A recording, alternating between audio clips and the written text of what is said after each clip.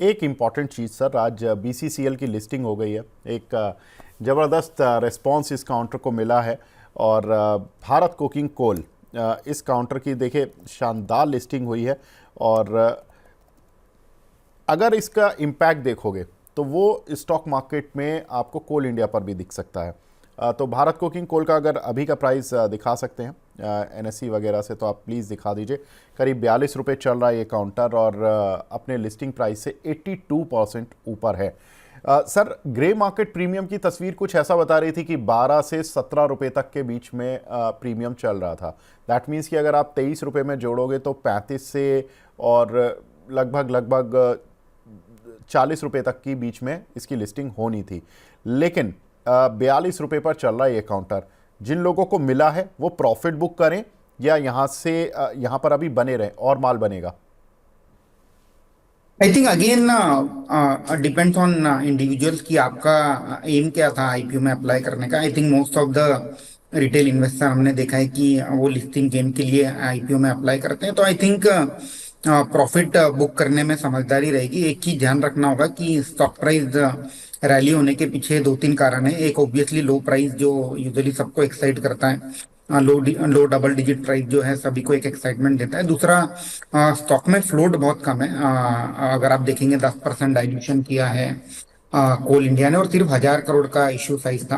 And with in that also अगर आप देखेंगे रिटेल का जो शेयर है 35% ही था। तो आई थिंक जो फ्लोट है काफी लो है एज वी स्पीक, और उसी के चलते हम देख रहे हैं कि हमने देखा कि ग्रो के आईपीओ में भी ऐसे ही हुआ था कि जहाँ फ्लोट थोड़ा कम होता है वहाँ कहीं ना कहीं एक बेनिफिट प्ले आउट होता है जब तक एंकर का लॉक इन नहीं ओपन होता है तब तक। तो और at the same time issue काफी रीजनेबल वैल्यूएशन पर आया था। I think 6 time EV EBITDA पर 6.5 times EV EV to EBITDA multiple पर आया था। और जब अब स्टॉक प्राइस लगभग डबल हो गई तो 12 के ईवी बिटा पर अब ट्रेड कर रहा है। तो आई थिंक वैल्यूएशन के परस्पेक्टिव से भी अब फेयरली वैल्यूड लग रहा है। तो I think those are looking for listing and definitely book कर लेना चाहिए प्रॉफिट।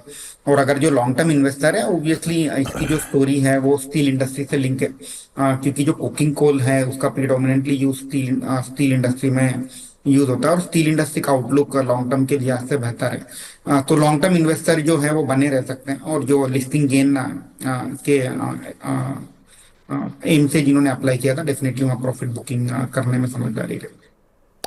तो जिन लोगों ने लिस्टिंग गेन के लिए किया था वो प्रॉफिट बुक करें, बढ़िया प्रॉफिट मिल रहा है।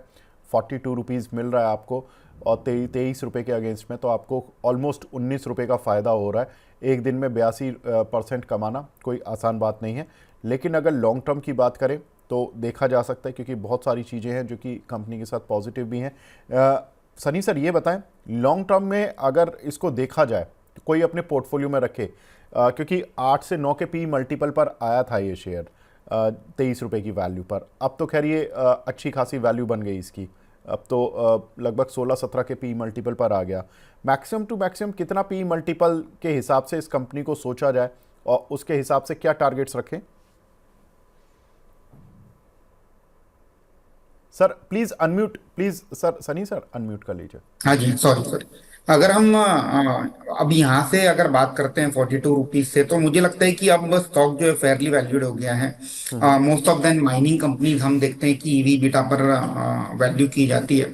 और अगर आप कंपेयर करेंगे इसके पीयर से तो हालांकि ऐसे कोई डायरेक्ट लिस्टेड पीयर नहीं है, बट हम अक्रॉस द इंडस्ट्री जब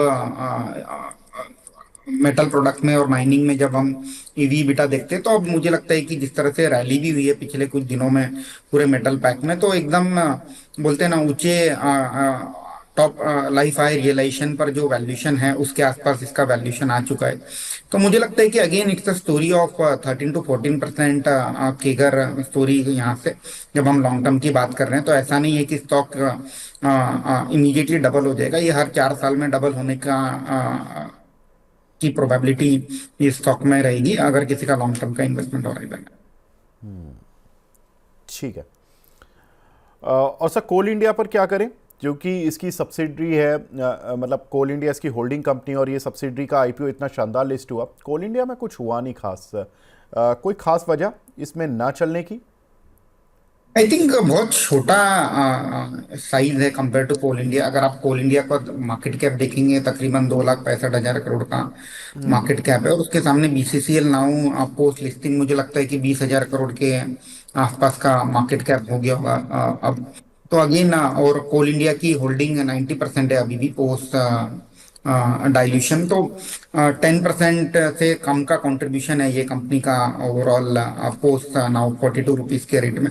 और दैट इज द रीजन कि हमने देखा है कि कोल इंडिया में कोई खास रिएक्शन नहीं आया। इनफैक्ट कोल इंडिया का जो स्टॉक है अहेड ऑफ आईपीओ ऑलरेडी चल चुका था, तो मुझे अगर ध्यान आ रहा हो 360 370 काफी टाइम से ये बैंड में ट्रेड हो रहा था, और अहेड ऑफ आईपीओ हमने देखा कि 430 रुपए की एक तक की एक रैली ऑलरेडी स्टॉक में प्ले आउट हो चुकी है। ठीक है सर, आगे बढ़ते हैं सर। कुछ ऐसे काउंटर्स की बात करते हैं जिनके डिविडेंड इस हफ्ते आने वाले हैं। उन कंपनीज की लिस्ट देख लेते हैं एक बार, और उसके बाद आपसे रिएक्शन जानने की कोशिश करते हैं कि कौन से काउंटर हैं जहां पर कि आप पॉजिटिव होगे। महाराष्ट्र बैंक, जिसके डिविडेंड 1 रुपये का ही आ रहा है, रिकॉर्ड डेट कल की है। एनएलसी करीब 3.5 रुपये का डिविडेंड आ रहा है। एंजल वन में करीब 23 रुपये का डिविडेंड आ रहा है। आईसीआईसीआई एएमसी में करीब 15 रुपये का, और डीबी कॉप में करीब 2 रुपये का। सर, कोई काउंटर आपकी रडार पर, कंसीडरिंग कि डिविडेंड भी आ रहा है और आउटलुक भी ठीक हो, कभी डिविडेंड लेने के चक्कर में कोई फंस ना जाए, तो इनमें से कोई काउंटर आप चुनेंगे? मैं आईसीआईसीआई एएमसी और महाराष्ट्र बैंक पर ध्यान रखना चाहूंगा। दोनों में ही नतीजे काफी स्ट्रांग आ चुके हैं, तो जो रिजल्ट का जो इवेंट है वो अब हमारे पीछे है। और एट द सेम टाइम दोनों में ग्रोथ आउटलुक भी काफी रोबस्ट लगता है मुझे आने वाले समय में। तो बैंक ऑफ महाराष्ट्र और ICICI AMC asset management company को डेफिनेटली कंसिडर किया जा सकता है मीडियम टू लॉन्ग टर्म के लिए। ठीक है, क्या कितना अपसाइड सर मान सकते हैं इन दोनों काउंटर्स पर? अगेन आईसीआईसीआई प्रू एएमसी मुझे लगता है कि काफी रीजनेबली वैल्यूड है। अगर मैं आईसीआईसीआई प्रू एएमसी की बात करता हूँ तो जस्ट ठीक है, आगे बढ़ते हैं सर। मुझे जी जी जी सर, बताएं बताएं।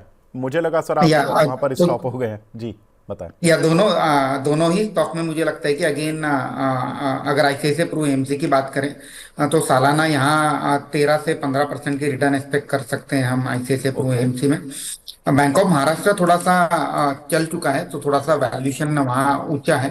तो maybe buy on dip की रणनीति अगर रहेगी तो थोड़ा बेहतर रहेगा। बट अगेन मुझे लगता है कि बैंक ऑफ महाराष्ट्र में जो फेयर वैल्यू है 72-73 रुपीज का है, थोड़ा ग्रेजुअली एक्यूमुलेट कीजिए, तो keeping in mind the price target of 72 and 73 rupees.